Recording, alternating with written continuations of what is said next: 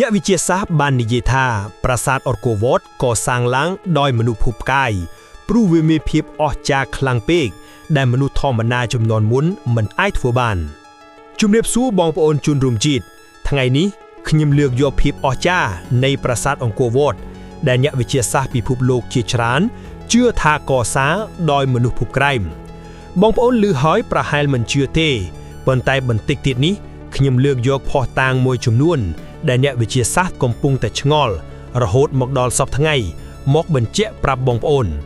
บนใต้จุยจดไลค์จดคอมเมนต์1 จุด subscribe ดำไปตัดตูบ้านนือวิดีโอทำไมนือเปลวเคราเจียบรรตอบ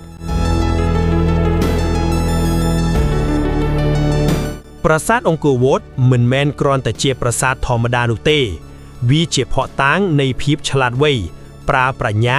หนึ่งกลุ่มลังชันเตะได้โดนตาขม้าบานสร้างซองล้างขนงสัตวตีดปีกร้อมประบาทโซริยะวรมันตีปี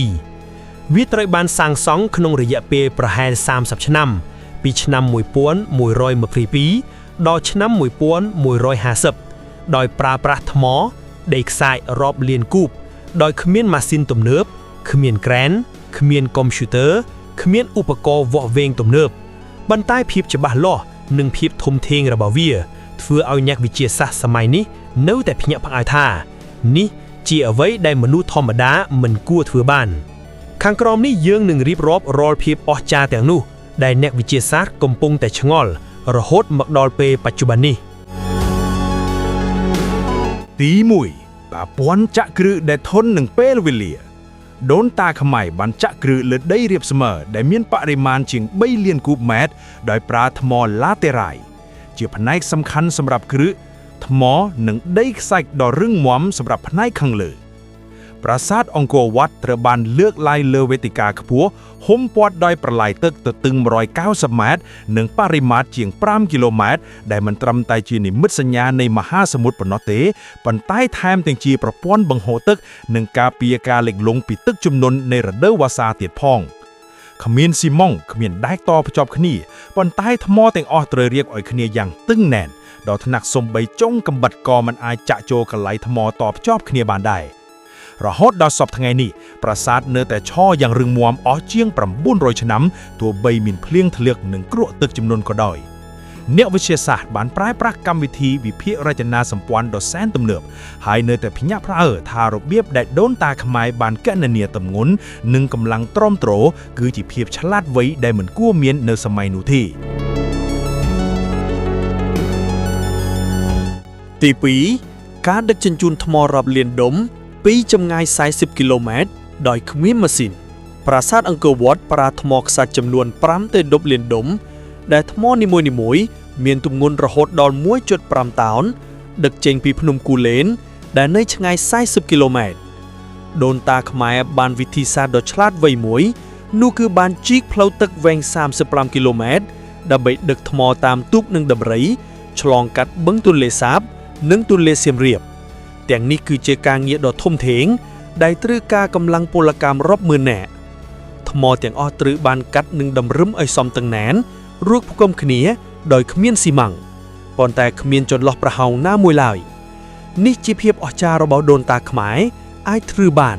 โดยปราศาปรัญญาหนึ่งการเรียบจังแผนการอย่างหลอกอัดจ่อตีใบ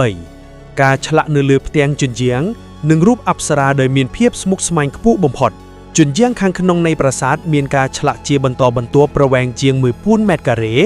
ได้จีการฉละเจียบรรตัวแวงบ่มพอดเนื้อเลือพิภพโลกรูปเพียบกาโกสมุดตึกดอหนึ่งสถานส่วนนโรตรบานฉละยังลมเอ็ดระหดดัลเมียนสัตเตระชานเทวดาหนึ่งยุทธศาสตร์ดัลอาจเมิลเคยรอลเซาะสำเลียบำเปะหนึ่งมุกหมวดเมียนรูปอัปสราจำนวนเจียงมวยป้อนปราปีรอยกาลิมเสประมวยรูปได้รูปนิมวย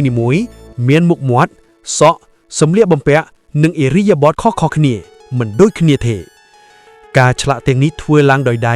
โดยอุปกรณ์ธรรมดาปนแต่เพียบเจและวิหะโดยเจียมนุษย์มันอาจทวยบานลอยโดยกมีนกรรมวิธีคอมพิวเตอร์วิจิสนาได้ศิลปะแดนบังฮานปีจำแนกดังขบวนอมปีกนิตวิชีปนแต่จำนุดโดยทวยอ้อยปีพบโลกพยักอันเจงเกนุคือในเรือพเตียงจุนเจียงปราสาท គេឃើញមានចម្លាក់រូបសត្វផុតពូជ70,000 លានឆ្នាំនៅជញ្ជាំងប្រាសាទ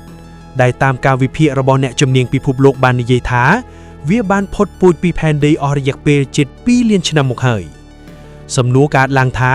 ប្រសិនបើសត្វទាំងនោះផុតពូជរាប់លានឆ្នាំមុនតើដូនតាខ្មែរសម័យអង្គរបានឃើញវាដោយរបៀបណាឬក៏តើវាគ្រាន់តែជាការចៃដន្យនៃការឆ្លាក់ឬក៏ដូនតាយើងមានចំណេះដឹងអំពីជីវិតបុរាណប្រវត្តិសាស្ត្រនេះជាអត្ថកម្បាំងមួយដែលធ្វើឲ្យអ្នកបុរាណវិទូនិងអ្នកជំនាញខាងបុរាណជីវវិទ្យានៅតែជជែកគ្នាមិនចប់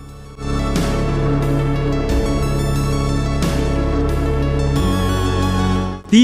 4ភាពស៊ីមេទ្រីនិងតារាសាស្ត្រដែលមានភាពច្បាស់លាស់ខ្ពស់ប្រាសាទត្រូវបានរចនាយ៉ាងស៊ីមេទ្រីយ៉ាងល្អដោយមានកំពូល5តំណាងភ្នំព្រះសុមេរុនិងជញ្ជាំងក្រឡោង3ជាន់វាត្រូវបានតម្រូវទៅទិសលិចហើយតម្រូវជាមួយព្រះអាទិត្យរះនិងថ្ងៃលិចយ៉ាងច្បាស់លាស់ដោយបានឃើញហើយពេលព្រះអាទិត្យរះគឺរះចំខាងមុខប្រាសាទពេញប៉ុន្តែពេលថ្ងៃលិចនឹងឡើងត្រឹមប៉ោមកណ្ដាលយ៉ាងជាក់លាក់នេះបង្ហាញថាដូនតាខ្មែរមានចំណេះដឹងខ្ពស់អំពីតារាសាស្ត្រគណិតវិទ្យាប៉ុន្តែអ្នកវិទ្យាសាស្ត្រនៅតែឆ្ងល់មកដល់បច្ចុប្បន្នថាតើដូនតាខ្មែរបានប្រើប្រាស់នៅវិធីសាស្ត្រអ្វីបានជាកំណត់រៀបចំឲ្យស៊ីមេទ្រីគ្នាល្អបែបនេះរវាងព្រះអាទិត្យលិចចំកណ្ដាលជុំកំពូលប្រាសាទអង្គរវត្តទី5ប្រព័ន្ធគ្រប់គ្រងទឹកដ៏ទំនើបដែលគាំទ្រទីក្រុងទាំងមូលគិតមើលទៅស្រុកខ្មែរយើងសម័យអង្គរមិនមែនមានតែប្រាសាទស្អាតនិងរូបចម្លាក់ស្មុគស្មាញទេពួកគេមានប្រព័ន្ធទឹកដ៏ឆ្លាតវៃនិងធំធេងបំផុតក្នុងពិភពលោកសម័យបុរាណទៅទៀតប្រឡាយទឹកបារាយអាងស្តុកទឹកធំនិងបណ្ដាញទឹកនឹងអស់ត្រូវបានភ្ជាប់ជាមួយទន្លេសៀមរាបនិងបឹងទន្លេសាបដូចជាសរសៃឈាមមួយដ៏ធំ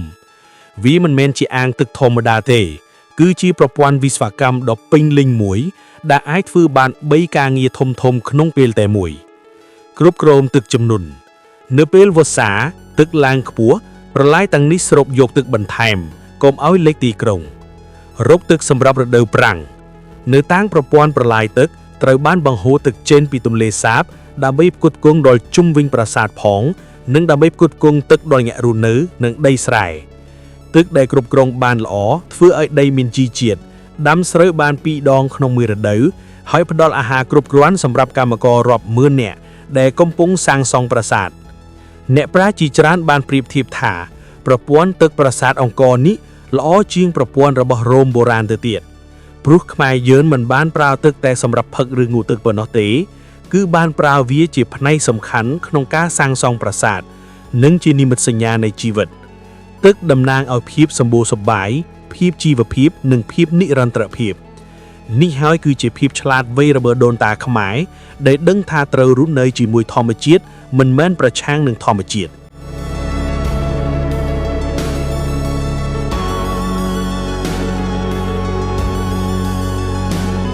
ទី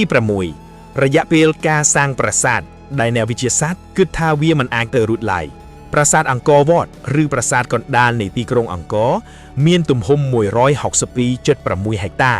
ដែលធំជាងប្រាសាទធម្មតាទាំងអស់នៅលើពិភពលោកតែម្ដងដើម្បីឲ្យងាយយល់ស្រមៃថាវាធំដូចជាទីលានបាល់ទាត់ចំនួនជាង200ទីលានដាក់ជាប់គ្នាជញ្ជាំងខាងក្រៅវែង 1024 ម៉ែត្រគុណនឹង802 ម៉ែត្រវែងជាង2ដងនៃទីលានបាល់ទាត់ធម្មតាហើយប៉មកណ្ដាលខ្ពស់65ម៉ែត្រខ្ពស់ដូចអគារទំនើបចំនួន15ទៅ20ជាន់ប្រាសាទនេះមិនមែនត្រឹមតែធំប៉ុន្តែវាតំណាងឲ្យភ្នំព្រះសុមេរុជាមជ្ឈមណ្ឌលនៃពិភពលោកតាមជំនឿហិណ្ឌូនិងពិភពលោកទាំងមូលរចនាបថទាំងអស់ត្រូវបានរៀបចំជាម៉ង់ដាឡាដែលជារូបភាពជាសំណុំនៃចក្រវាឡដ៏ស្មុគស្មាញការរៀបចំនេះមិនមែនធ្វើតាមចិត្តធម្មតានោះទេវាត្រូវការចំណេះដឹងគណិតវិទ្យាខ្ពស់បំផុតដូចជាការគណនាមុំចម្ងាយនិងសមាមាត្រឲ្យមានភាពត្រឹមត្រូវដូចគ្នាដើម្បីឲ្យប្រាសាទមើលទៅស៊ីសង្វាក់គ្នានិងសមស្របជាមួយជំនឿសាសនាការសាងសង់ទាំងអស់នេះត្រូវបានធ្វើឡើងដោយកម្លាំងពលកម្មរាប់ម៉ឺននាក់មានកម្មករសិល្បករវិស្វករនិងកម្មករស្ត្រីដែលធ្វើការជារៀងថ្ងៃប៉ុន្តែអ្វីដែលអស្ចារ្យបំផុតគឺការសម្របសម្រួលនិងរចនាមានភាពស៊ីសង្វាក់គ្នាខ្ពស់រហូតដល់គ្មានកំហុសគ្មានផ្នែកណាមួយមើលទៅមិនស៊ីគ្នា អ្នកខ្លះហៅថាជាស្នាដៃរបស់ព្រះព្រោះវាល្អឥតកំពស់ហាក់ដូចជាមនុស្សធម្មតាមិនអាចធ្វើបានអ្វីដែលគួរឲ្យកត់សរសើរនោះប្រាសាទអង្គរកសាងត្រឹមរយៈពេល30ឆ្នាំប៉ុណ្ណោះបងប្អូនសាកស្រមៃមើលគ្មានឡានគ្មានម៉ូតូគ្មានក្រែនគ្មានគ្រឿងយន្តទាំងអស់ហើយត្រូវដឹងជញ្ជូនថ្មមួយដុំមានទម្ងន់ពី1តោនរហូតដល់8តោនដឹងថ្មចម្ងាយ40គីឡូម៉ែត្រនៅលើប្រាសាទមានក្បាច់និងរូបភាពជាច្រើននៅលើជញ្ជាំងប្រាសាទបងប្អូនសាកស្រមៃមើលថារយៈពេល30ឆ្នាំគឺជារយៈពេលមួយដ៏សែនខ្លីដែរទេសរុបសេចក្តីមកតើបងប្អូនយល់យ៉ាងណាចំពោះភាពអស្ចារ្យដែលដូនតាខ្មែរចំនួនមុនមិនគួរធ្វើបានប៉ុន្តែអាចកសាងបង្កើតប្រាសាទអង្គរវត្តមានអាយុកាលជាង900ឆ្នាំបានតើដូនតាខ្មែរពិតជាប្រើវិធីសាស្ត្របុរាណកណនាធ្វើប្រាសាទអង្គរវត្តឬមនុស្សភពក្រៃជាអ្នកជួយនៃដូនតាខ្មែរដោយប្រើបច្ចេកវិទ្យាទំនើបសូមផ្ដល់មតិយោបល់នៅខាងក្រោមវីដេអូនេះចំពោះការយល់ឃើញរបស់បងប្អូនជាចុងក្រោយខ្ញុំបាទអធិស្ឋានរាល់ពាក្យសម្ដីនិយាយទៅមិនល្អសូមអរគុណសូមជម្រាបលា